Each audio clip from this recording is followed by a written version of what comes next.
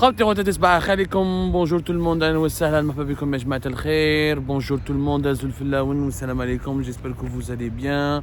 Ici il fait froid chez moi, mais كما كنت نقول انا عندي un vieux proverbe qui n'est que propre à moi parce que je l'ai jamais entendu ailleurs, donc je vous prie de respecter les droits d'auteur. البرد في القلوب, la froideur n'existe que dans les abysses des cœurs fermés et restreints. Notre cœur à nous, il est grand, il est toujours ouvert, notamment pour vous et pour vous remercier à chaque fois pour votre générosité, votre soutien, votre solidarité avec nous pour ce combat que nous menons, un combat noble pour une information libre et indépendante et un journalisme indépendant, une véritable liberté d'expression dans notre pays, cette chère Algérie. C'est comme ça, cette introduction à la belle, elle est un petit peu bricolée, pensée en arabe, traduite maladroitement en français, mais je pense que la majorité de nos amis, de nos lectrices et lecteurs et téléspectatrices et téléspectateurs vont nous comprendre. يا جماعة الخير, je voulais réagir, je voulais commencer cette journée اليوم en réagissant من البارح وانا نخمم comment je vais aborder ce sujet. خلاص, l'Algérie c'est devenu le fatalisme général et généralisé qui a malheureusement engendré une indifférence que je peux qualifier d'une inconscience criminelle. Quelquefois l'indifférence elle est pire que les pires dérives, les pires déviances. Des fois pour moi l'indifférence elle est pire que les crimes lui-même. On est indifférent à tout. L'affaire de l'ADDH, la Ligue algérienne de défense des droits de l'homme. La Ligue algérienne de défense des droits de l'homme, la principale et la plus importante organisation de défense et de promotion des droits de l'homme en Algérie. Malgré tous ses défauts, malgré ses divisions, malgré les problèmes d'ego de ses responsables, de ses partisans, malgré son histoire tumultueuse,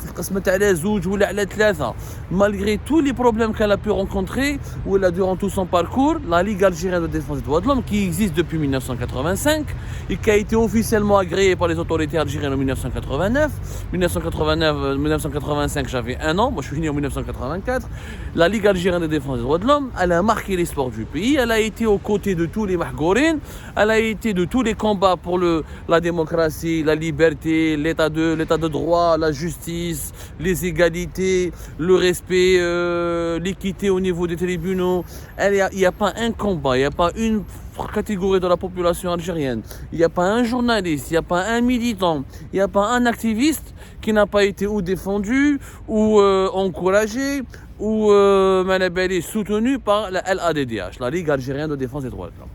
Et pourtant, le sort de la LADDH, le sort scandaleux, je dis bien le sort scandaleux, la LADDH a été dissoute par une décision qui lui a été communiquée par les réseaux sociaux.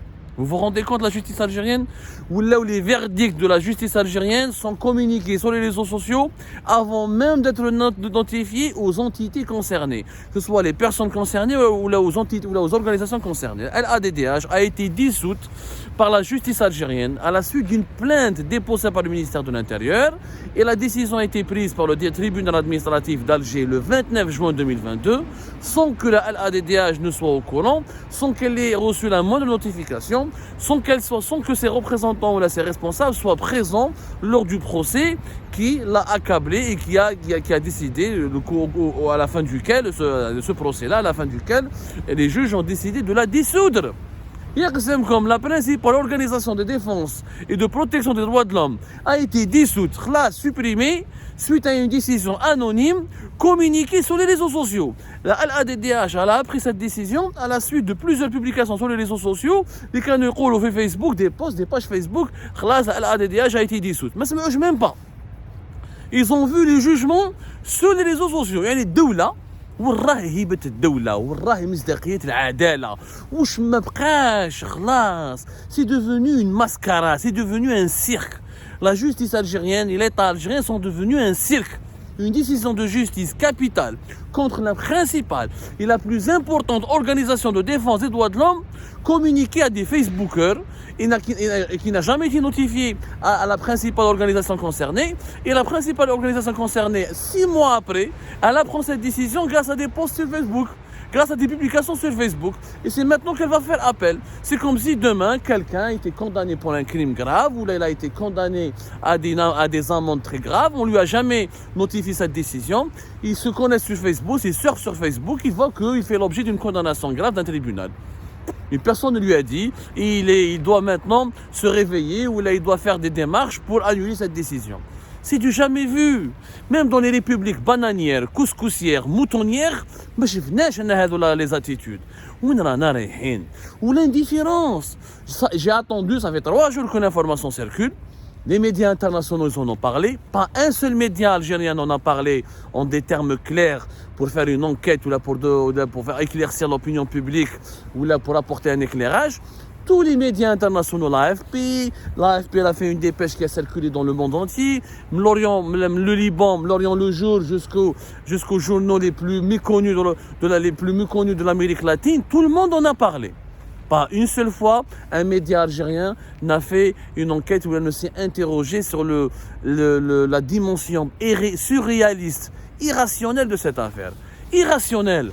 Comment vous pouvez dissoudre une ligue de défense des droits de l'homme avec une facilité déconcertante et propager une information sur les réseaux sociaux sans informer cette ligue, sans même l'associer à un procès, sans même lui donner le droit de se défendre?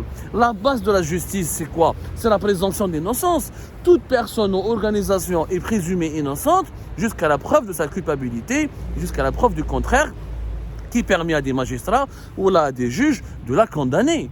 Ce n'est pas le cas malheureusement de la LADDH, qui n'a même pas été informé. Parce que le ministère de l'Intérieur, il a saisi la justice algérienne, la LADDH, notamment c'est quelques-uns de ses vice-présidents, de ses responsables, comme Saïd Salhi ou Debbouz ou Jma'a, les avocats qui sont membres de la LADDH et qu'il faut saluer, et qui se sont malheureusement tous exilés. Saïd Salhi, il est exilé en France. Debbouz, l'avocat Debbouz, à chaque fois j'ai oublié son prénom, qu'il me pardonne, il est exilé en Belgique. Beaucoup de militants de LADDH, il y en a qui sont en prison, il y en a qui ont fait de la prison comme Hassan Boras, meskin, ex-journaliste et membre de LADDH. Les Saïd Boudour ou Jmaat LADDH, les membres, les activistes de LADDH à Oran sont sous le coup de contrôle judiciaire et de poursuites pour des faits graves relatifs à des crimes terroristes. Les 2 dernières années de 2020-2022, les militants, les défenseurs ou les militants adhérents et les responsables de l'ADDH ont vécu une persécution sans précédent. Sans précédent. Qu'est-ce qu'on leur reproche? Vous avez ils saisissent régulièrement les organisations internationales et les instances du Conseil des droits de l'homme de l'ONU et le Haut Commissariat chargé de la défense et de la protection des droits de l'homme à Genève pour se plaindre contre l'État algérien et pour poursuivre l'État algérien devant les instances internationales. Voilà ce qu'on leur reproche, comme si c'était un crime de dénoncer les atteintes et les violations des droits de l'homme. C'est leur travail. Que l'État algérien respecte les libertés fondamentales, les droits de l'homme, la liberté d'expression, que l'État algérien arrête d'emprisonner, de bafouer des droits civiques, que l'État algérien arrête de mettre en prison des activistes pacifiques qui uniquement recourent à leur droit de s'exprimer pacifiquement. Et bien, ce jour-là, les responsables de la ADDH qui sont exilés à l'étranger n'iront pas devant le Conseil des droits de l'homme, n'iront pas devant les rapporteurs spéciaux qui sont des experts indépendants mais qui travaillent avec le Haut Commissariat des Nations Unies chargé des droits de l'homme pour déposer des plaintes contre l'État algérien ou là pour le faire condamner. C'est tout. Nous, on aimerait bien qu'on parle de l'État algérien comme si c'était le plus beau pays du monde, l'État le plus sympathique, le plus respectueux des libertés fondamentales. On aimerait bien faire de la bonne publicité à notre pays, à nos dirigeants, à nos autorités, mais qu'on nous donne l'occasion. Mais tu ne peux pas mettre en prison des activistes, des journalistes, des opposants, des simples Facebookers.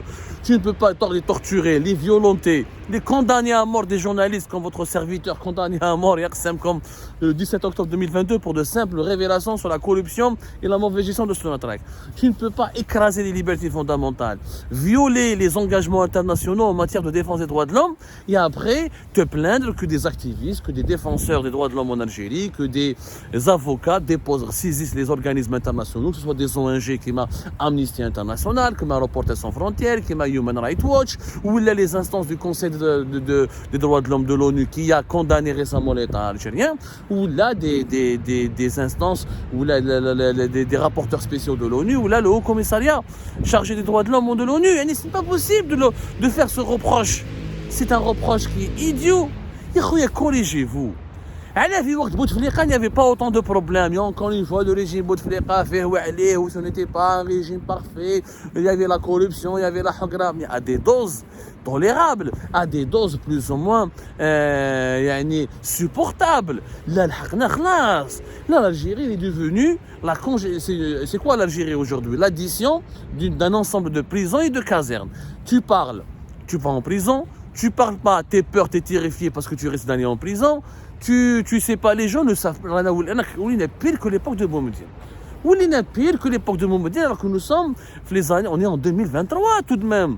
Dans un monde, le monde des réseaux sociaux, de la 5G, le monde des droits de l'homme, le monde de l'individu, le monde des libertés fondamentales, le monde des droits civiques. Personne n'a réagi à cette affaire de ADDH. La justice algérienne qui donc a dissous la principale ligue de défense des droits de l'homme dans l'indifférence générale des médias et de la population algérienne. Bon, je sais que la politique de la terreur pratiquée par le régime algérien a produit des effets désastreux, mais pas à ce point. Toute mon solidarité avec les partisans, les adhérents, les militants et les responsables de la ADDH, et j'espère que le recours qui ont été introduits vont faire résonner un petit peu la justice algérienne, mais j'ai pas beaucoup d'espoir. Actuellement, les dirigeants algériens sont dans un âge, dans un délire autoritaire qui est tout simplement hallucinant et inédit dans l'histoire contemporaine de notre pays. Rabbi Jibel Khair Ajma'a, prenez soin de vous. Et vive la liberté, vive l'Algérie, vive les libertés fondamentales de la population algérienne et que Dieu bénisse notre pays.